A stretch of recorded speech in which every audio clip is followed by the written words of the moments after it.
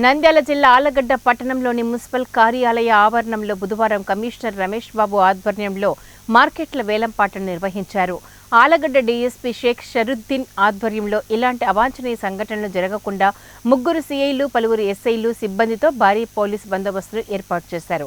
Weekly market, daily market, కబేలా market తదితర మార్కెట్ల వేలంపాటల ద్వారా మున్సిపాలిటీకి 23,22,000 ఆదాయం లభించినట్లు కమిషనర్ రమేష్ బాబు తెలిపారు.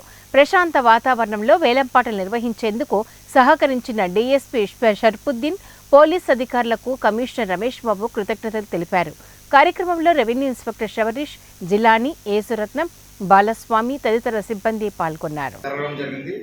ఇప్పటివరకు దాదాపు ఒక 3-4 సార్లు కూడా వాయిదా పడుతూ వస్తూ ఈరోజు ప్రశాంతంగా ముగిసినందుకు ముఖ్యంగా పోలీస్ డిపార్ట్మెంట్ వారికి, డిఎస్పీ గారికి, వారి సిబ్బందికి, అదేవిధంగా విలేకరుల మిత్రులు కూడా హాజరై దీన్ని కవర్ చేసినందుకు వాళ్ళకు కూడా ప్రత్యేక ధన్యవాదాలు తెలియజేస్తున్నాం.